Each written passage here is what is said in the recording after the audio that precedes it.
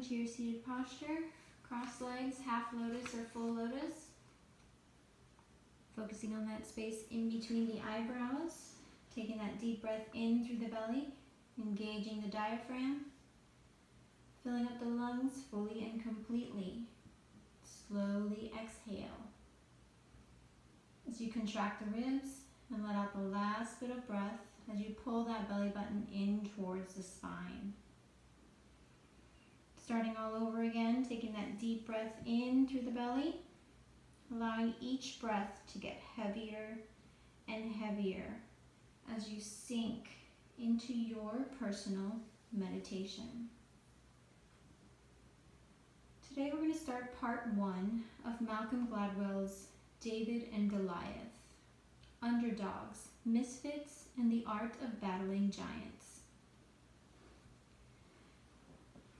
And of course, the first story he discusses is the story of David and Goliath. He states that the Philistines were from Crete. They were a seafaring people that moved to Palestine and settled along the coast. The Israelites were clustered in the mountains under the leadership of Saul. The Philistines wanted to capture the mountain ridge near Bethlehem and split Saul's kingdom in two. Both parties camped on opposite sides of the ridge, the Eli Valley, which left the two armies looking across the ridge at each other. Finally, the Philistines had enough. They sent their greatest warrior down to the valley to resolve the deadlock one-on-one. He was a giant, 6'9" at least, named Goliath, with an attendant that carried a large shield.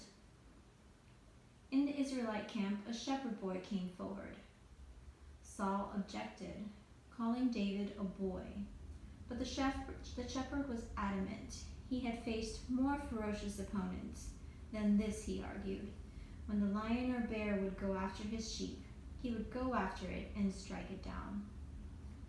The giant cried out, "Come to me, that I may give your flesh to the birds of the heaven and the beasts of the field."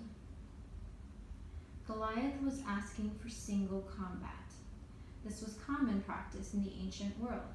Two sides in a conflict would seek to avoid the heavy bloodshed of open battle. Then David picks up 5 smooth stones and puts them in his shoulder bag. He descends into the valley, carrying his shepherd's staff. Goliath then sees the boy coming towards him and is insulted.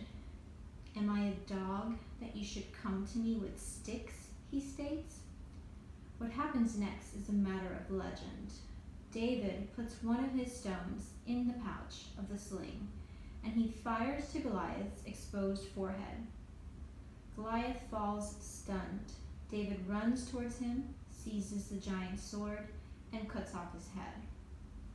The Philistines saw their warrior was dead and fled.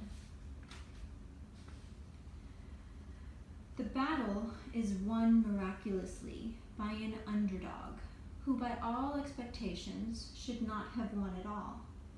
It is how the phrase David and Goliath has come to be embedded in our language as a metaphor for improbable victory. And the problem with that version of the events is that almost everything about it is wrong.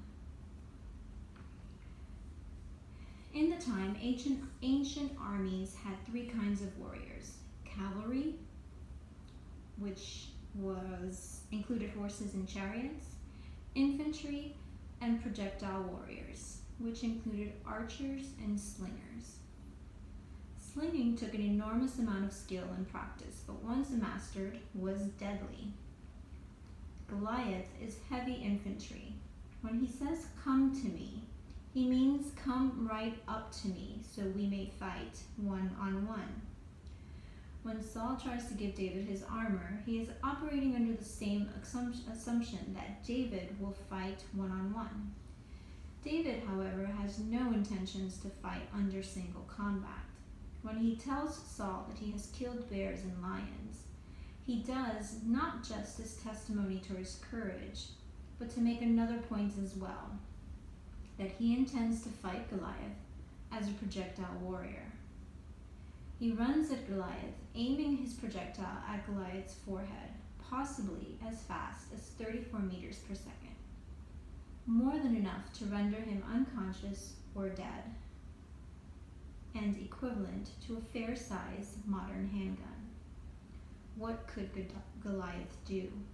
He was carrying over 100 pounds of armor. David was a slinger, and slingers beat infantry hands down. Saul is skeptical of David because he is small and Goliath is big. Saul thinks of power in terms of personal might. But there's a second, deeper issue here. The Israelites think they know who Goliath is.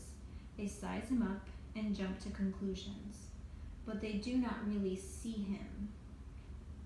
Goliath's behavior is puzzling. He's supposed to be a mighty warrior, but he is not acting like one. He comes down to the valley floor, accompanied by an attendant, which normally only is offered to archers. Why does he say, "Come to me"? And the biblical account emphasizes how slowly Goliath moves. Then, once he sees David, comes a strange comment. "Am I a dog that you should come to me with sticks?" Plural. David is holding only one stick. Many medical experts now believe that Goliath had acromegaly, a disease caused by a benign tumor in the pituitary gland. It causes an overproduction of human growth hormone, hence his size, and a common side effect is vision problems, either restricted sight and or double vision.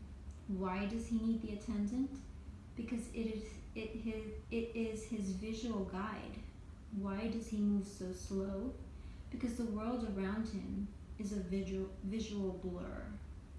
In reality, the very thing that gave the giant his size was also his greatest weakness. There is a powerful lesson in that for battles with all kinds of giants. The powerful and strong are not always what they seem. Taking that deep breath in. On that exhale, slowly start to wiggle your fingers, wiggle your toes, nod your head right to left. And one more deep breath in through the nose. And on that exhale, gently open your eyes. Namaste.